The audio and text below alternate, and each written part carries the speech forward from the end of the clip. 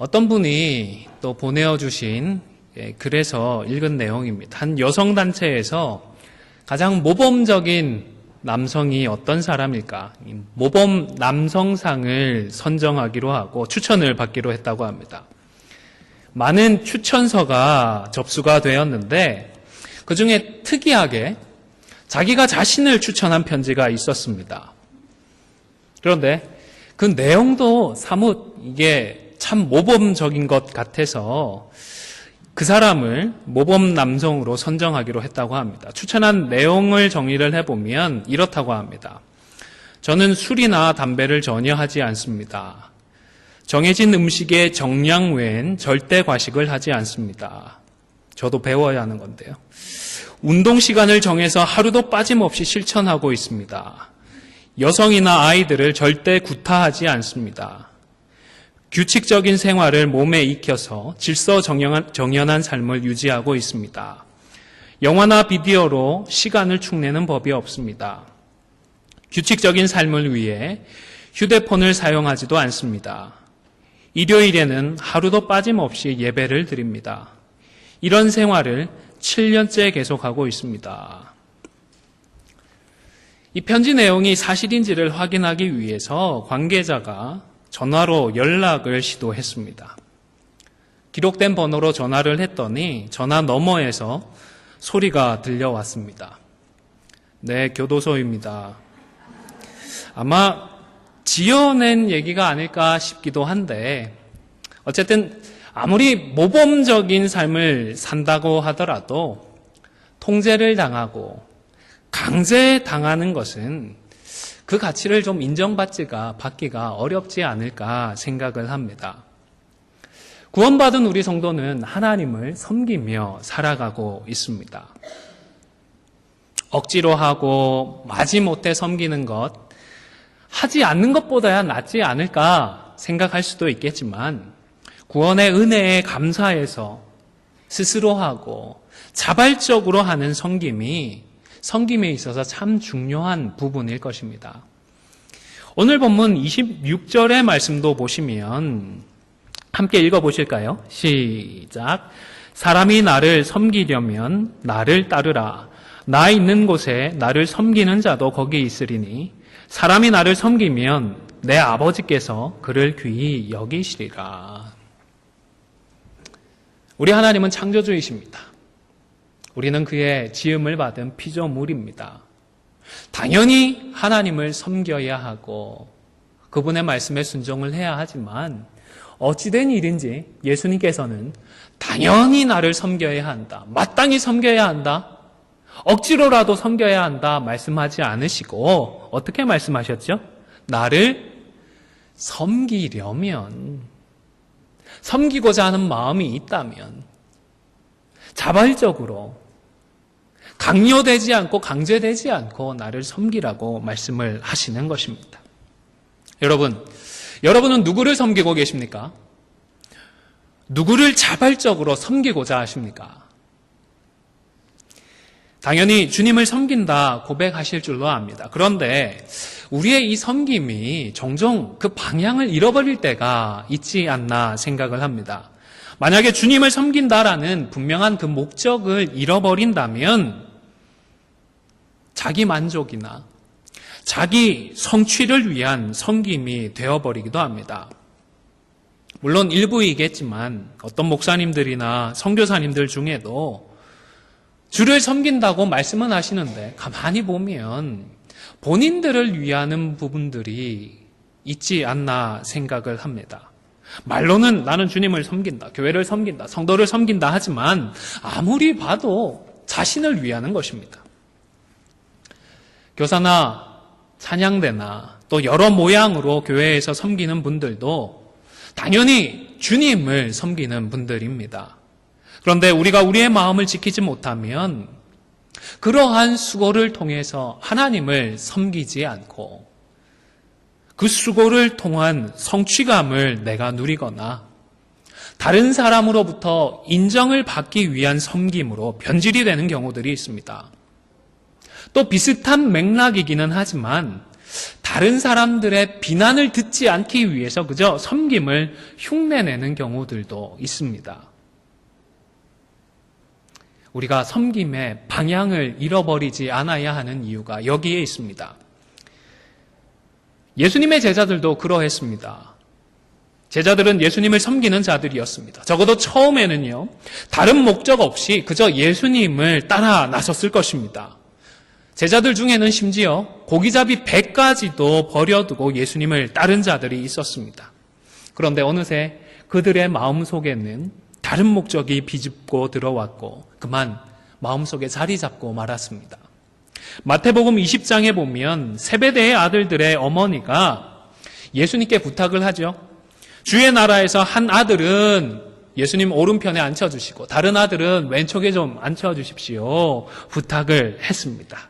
그런데 이때 어머니만 오셨나요? 정작 그 두 아들도 함께 했습니다. 어머니 따라서 두 아들이 왔다? 어머니 그런 말씀 하시면 안 됩니다. 말리러 왔을 수도 있겠지만 전체적인 문맥을 보면 은근히 어머니를 앞세워서 예수님 저희 좀 그 자리에 앉혀주십시오. 그런 부탁을 같이 하기 위해서 왔던 것 같습니다. 그들 역시 자리에 대한 욕심이 없지는 않았던 것입니다. 주님을 섬기는 그 마음 한구석에 섬김을 통해서 나도 한자리 하고자 하는 다른 마음까지 자리 잡아 버렸던 것입니다. 이 두 제자만 그랬던 것이 아니죠. 이 소식을 들은 나머지 10제자들은 어떻게 반응을 했죠? 성경을 보면 두 형제에 대해서 어땠다고요? 분이 여겼다라고 기록을 하고 있습니다. 다른 제자들 역시 마음속에 똑같은 욕심이 자리 잡고 있었던 것입니다. 그래서 내가 선수를 빼앗겼네라든지 아니면 내가 앉아야 할 자리를 뺏겼다라는 생각에 분노했을 것입니다. 나랑 아무 상관이 없다? 나는 관심도 없는 일이다? 이런 문제를 놓고서 분한 마음을 갖지는 않을 것입니다. 그런데 여러분, 제자들은 제자들이고요. 여러분들은 어떤 경우에 분을 느끼세요? 어떤 경우에 막 화가 나세요? 화가 안 나시죠? 우선 한 가지 분명히 해두셔야 할 것은 우리 마음속에 분노하는 마음, 화나는 마음 생기는 것 그 자체가 죄는 아닙니다. 물론 천주교에서는 7가지 끔찍한 죄라고 해서 그 속에 분노를 포함시키고 있지만 성경적인 근거는 약하다 싶습니다. 우리가 기뻐하고 행복해하고 즐거워하는 것처럼 분노하고 화를 나는 그런 감정 역시 우리가 자연스럽게 느끼는 가치 중립적인 감정의 한 모습이기 때문입니다. 그래서 사도 바울도 생각을 해보시면 분을 내는 것과 무엇을 구분을 하죠?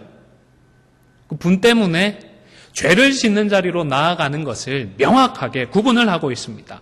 에베소서 4장 26절에서 27절의 말씀을 같이 읽도록 하겠습니다. 화면을 보시면서 함께 읽겠습니다. 시작. 분을 내어도 죄를 짓지 말며 해가 지도록 분을 품지 말고 마귀에게 틈을 주지 말라. 여기에서 발생 가능한 4가지 경우들을 생각해 볼 수 있겠죠. 첫 번째는 분을 내지 않고 죄도 짓지 않는 그런 경우가 있습니다. 두 번째는 분은 내었지만 죄를 짓지 않는 그런 경우입니다. 세 번째는 분을 내고 그만 죄를 짓는 그런 경우가 있습니다. 많지는 않겠지만 분을 내지 않고도 죄를 짓는 그런 경우들이 분명히 있을 수 있습니다. 우리가 어떤 일을 겪거나 또 누군가와 문제를 경험하면서 분을 낼 수도 있고 분을 내지 않을 수도 있습니다. 그러나 중요한 것은 자기 통제력을 잃어버리지 않고 죄를 짓지 않는 것입니다. 가인을 생각해 보시기 바랍니다. 하나님께서 가인을 벌하셨죠? 그 마음속에 분이 생긴 것 때문에 그를 벌하셨나요? 그가 동생을 향하여서 하나님을 향하여서 화를 내었기 때문에 책망하셨나요? 아닙니다. 분이 나고 화가 났을 때에 우리는 그것이 계속 남아있지 않도록 우리의 지성을 동원하고 우리의 의지를 동원해야 합니다. 노력도 하고 말씀으로 자신을 설득해야 합니다. 우리의 모든 인격을, 전인격을 동원하여서 그리고 무엇보다 기도해서 성령 충만함을 받아서 사단의 충동질을 이겨내고 죄를 범하지 말아야 하는 것입니다. 죄를 이겨내고 죄와 싸워서 승리하고자 해야 하는 것입니다. 그러나 가인은 마음에 자리 잡은 분노를 해결하지 못했습니다. 그리고 그 틈을 비집고 들어와서 자신을 충동질했던 사단마귀의 유혹에 넘어가고 말았습니다. 그만 살인이라고 하는 죄를 짓는 자리로 나아가고 말았습니다. 그러나 모든 사람들이 그렇게 죄를 짓는 것은 아닙니다. 비슷한 상황에 처했지만 정말로 은혜로 죄를 짓지 않았던 인물도 성경에 있습니다. 바로 다윗입니다. 다윗이 피가 거꾸로 솟은 적이 한 번은 아닌 것 같은데 성경에 보면 정말로 흥분을 해서 이성을 잃었던 경우가 있습니다. 나발이라는 사람한테 거절을 당하고 모욕을 받았다 느껴서 칼을 빼들고 나발과 그의 가족을 말살시키려고 자신과 자신의 휘하에 있는 용사들을 데리고 출동을 했던 적이 있습니다. 나발의 어리석음이나 그의 행동을 생각을 하면 충분히 열받을 만했다 싶습니다. 누구라도 그런 모욕은 참기 힘들었겠다 싶습니다. 그러나 그럼에도 불구하고 자신의 부탁을 거절하고 자신을 모욕했기로서니 상대와 상대의 모든 가족의 피를 흘린다는 것은 명백한 범죄였던 것입니다. 다행스럽게도 그날 아비가일이라는 여인이 다윗을 진정시켜 주었습니다. 그랬기에 망정이지 안 그랬다면 다윗은 두고두고 후회할 뻔했던 것입니다. 우리에게는 아비가일이 없지만 아비가일보다 더 좋은 분, 더 귀한 분이 있습니다. 성령 하나님께서 바로 그 역할을 해주고 계십니다. 그래서 분노하는 마음이 생길 때 우리에게 허락된 모든 은혜의 방법들을 사용해서 사단마귀가 그런 마음을 틈타지 못하도록 우리는 이겨내야 하는 것입니다. 여러분, 다시 질문을 하겠습니다. 여러분은 언제 분노를 느끼십니까? 느끼긴 느끼시죠?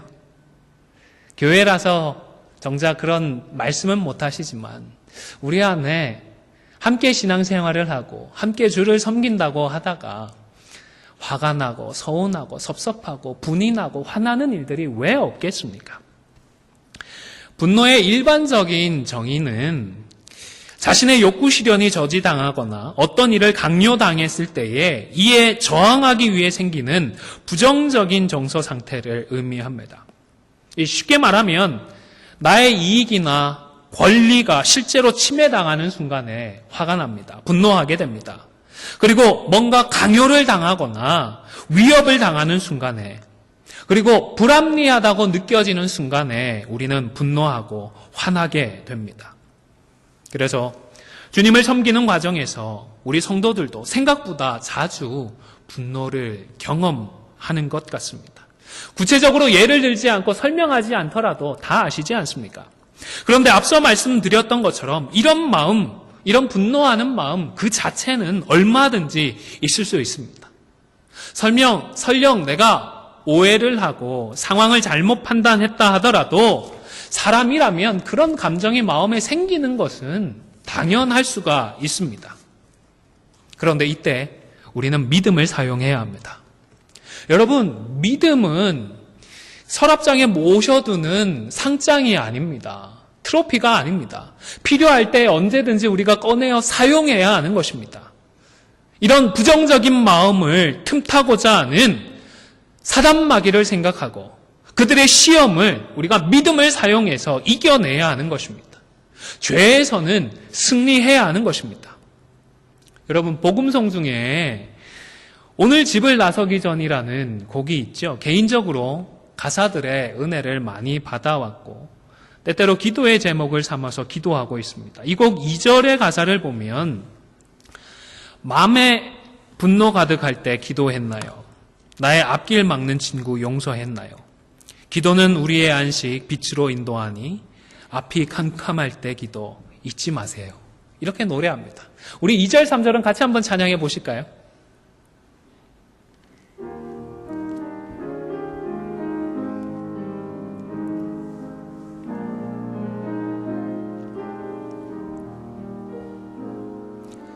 마음에 분노 가득할 때 기도했나요? 나의 앞길 막는 친구 용서했나요? 기도는 우리의 안식 빛으로 인도하니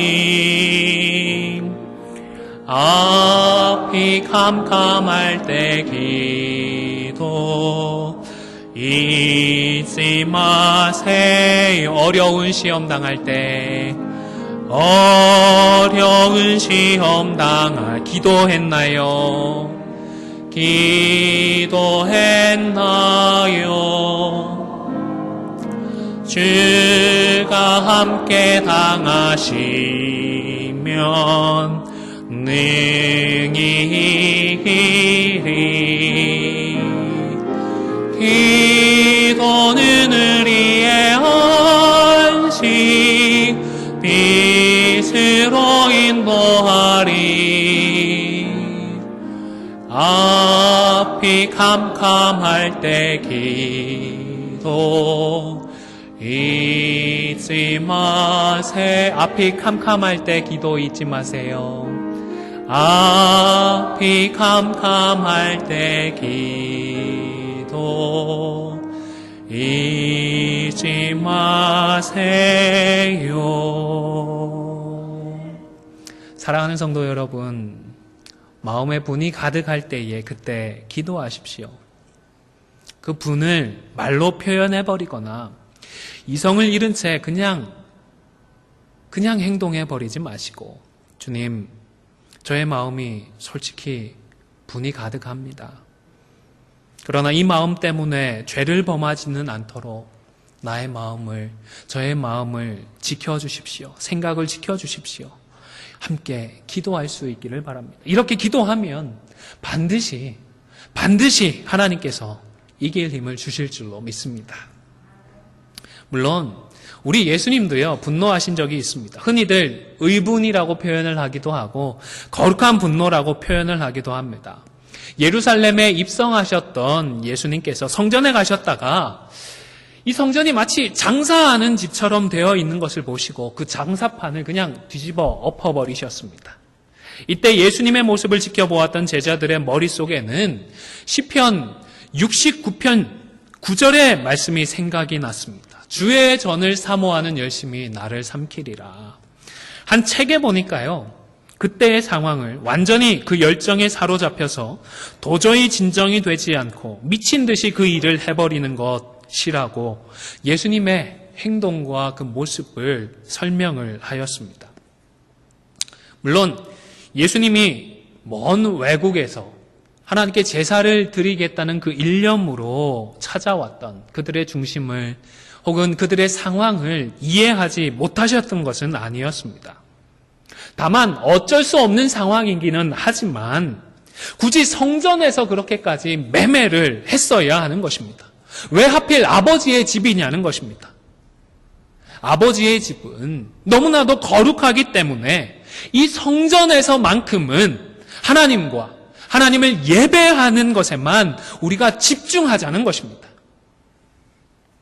그런데 사실 예수님의 이러한 행동은요, 단순히 예수님의 마음이 격동되고 격앙되고 흥분이 되어서 이성을 잃어버리고 자기 통제력을 잃어버리고 충동적으로 행동한 것이 아니었다 싶습니다.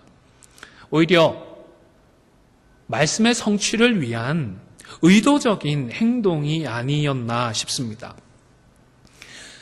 가지고 계신 성경에 관주가 있으신 분들은 한번 찾아보시면 말라기 3장 1절에서 3절 말씀을 찾아보라고 관주가 있을 것입니다. 화면을 보시면서 말라기 3장 1절에서의 3절 말씀을 같이 읽도록 하겠습니다. 시작. 만군의 여호와가 이르노라. 보라, 내가 내 사자를 보내리니 그가 내 앞에서 길을 준비할 것이요. 또 너희가 구하는 바 주가 갑자기 그의 성전에 임하시리니 곧 너희가 사모하는 바 언약의 사자가 임할 것이라.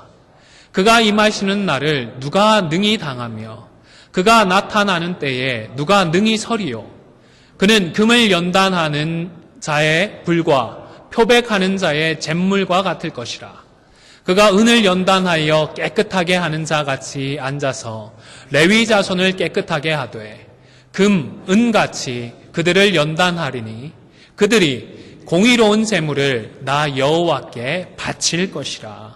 그러니까 성전을 청결케 하시는 예수님이 바로 이 말라기 선지자가 예언했던 그 여호와의 사자인 것입니다. 지금 예수님이 감정적으로 흥분을 하거나 이성을 잃어버리고 노끈으로 채찍을 만들어서 양이나 소를 쫓아내고 또 돈 바꾸는 상을 쏟아버리고 그들의 상을 뒤집어 엎어버렸다는 기보다는 물론 좀 감정적으로는 격앙이 있지는 않았을까 싶기는 합니다. 그러나 예수님은 말라기서의 이 말씀을 기억하고 이 말씀의 성취를 위해 의도적이고 의식적으로 이와 같은 행동을 했던 것입니다. 그렇기 때문에 이 구절을 가지고서 예수님도 분노하셨는데 라며 나도 다른 형제에게 화를 내고 우리 지체들과 다투려고 하는 우리의 부정적인 그런 마음을 합리화하지 않도록 경계해야 하는 것입니다. 무엇보다 우리에게는 예수님처럼 분노를 표현해도 된다라는 말씀이 있지는 않기 때문입니다. 오히려 성경은 우리에게 노하기를 더디하라고 말씀을 하시죠. 잠언 16장 32절의 말씀을 16장인데 6절로 기록을 했네요. 16장 32절의 말씀을 함께 읽겠습니다. 시작. 노하기를 더디하는 자는 용사보다 낫고 자기의 마음을 다스리는 자는 성을 빼앗는 자보다 나으니라. 구약시대에 성을 빼앗는 사람들은 가장 인정을 받고 존경을 받고 부러움과 선망의 대상이 되는 그런 사람이었습니다. 부귀영화를 누리는 그런 사람들이었습니다. 오늘날의 비유를 하면 아마 부자들이 아닐까 싶습니다. 2018년 포브스지 그 부자 순위 발표를 보니까요. 1위가 아마존의 최고 경영자 그 제프 베조스라고 하고요. 2위가 잘 아시는 빌 게이츠라고 하는데요. 이 두 사람의 재산만 합쳐도 200조 원이 넘는다고 하네요. 상상이 가지 않습니다. 사실 한 나라가 이만한 돈을 갖지 못한 나라도 있을 텐데 어떻게 두 사람의 재산이 이렇게 많을까? 참 부럽고 신기하기도 한데요. 그런데 성경이요. 이 두 사람보다 누가 더 낫다고 기록을 하시죠? 노하기를 더디하는 자가 더 낫다 말씀을 하시는 것입니다. 사람들이 이 땅에서 누리고 인정받고 하는 그 모든 것들보다 어떤 상황 속에서도 자신의 마음을 잘 다스리는 자가 우리 하나님은 더 귀하다, 더 낫다라고 인정을 하시는 것입니다. 그래서일 것입니다. 신약의 야고보서에서는 우리 1장 19절의 말씀도 같이 읽도록 하겠습니다. 시작. 내 사랑하는 형제들아 너희가 알지니 사람마다 듣기는 속히 하고 말하기는 더디하며 성내기도 더디하라. 형제와 같이 정말로 사랑하고 아끼고 귀하게 여기는 사람에게 듣기는 속히 하고 말하거나 성내기는 어떻게 하자고요?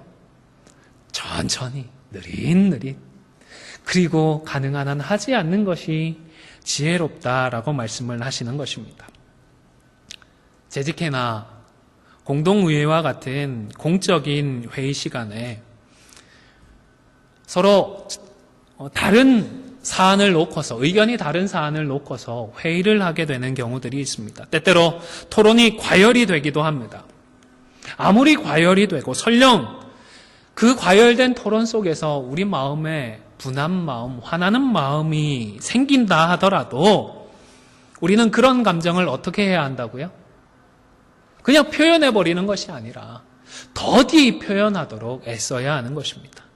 무엇보다 우리가 사람들끼리만 회의하는 것이 아니라 우리 하나님 앞에서 겸손하게 하나님의 뜻을 구하는 자리이지 않습니까? 현안의 해결 못지않게 부정적인 감정에 휩쓸려서 교회의 한몸됨을 훼손하지 않도록 우리는 조심해야 하는 것입니다. 솔직히 말해서 누군가 단 한 명이 먼저 부정적인 감정을 표현해 버리면 금세 다른 분들도 비슷하게 마음이 충동질을 당하게 됩니다.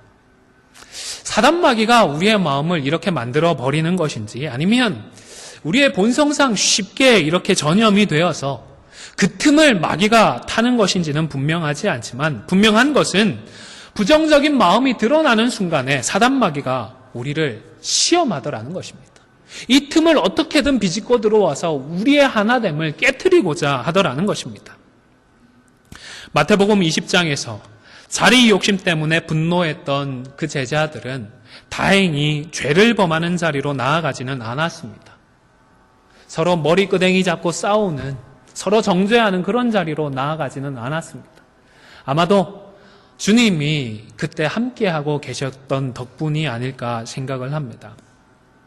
분명한 것은 주를 섬기기 위해서 모든 것을 내려놓고 주님을 따라 나섰던 제자들이었고 예수님의 말씀을 직접 듣고 배웠고 그리고 예수님을 통하여 나타나는 그 하나님의 능력을 직접 목격하고 경험했던 제자들이었지만 그들의 마음속에도 어느새 자신의 자리를 위하고 자기 만족이나 자기 성취나 자신의 것을 먼저 챙기고자 하는 그런 생각들이 자리 잡아버리고 말았더라는 사실입니다. 사랑하는 성도 여러분, 혹 우리의 마음속에도 주님을 섬기는 것 말고도 또 다른 이유나 다른 목적이 어느새 마음에 자리 잡지는 않았을까요? 아무쪼록 우리의 마음을 지켜서 부정적인 감정에 흔들려 죄를 범하지 않고 무엇보다 유일하고 우선되는 목적이신 우리 주님만을 섬기는 저와 여러분이 다 되시기를 주님의 이름으로 간절히 축원을 드립니다.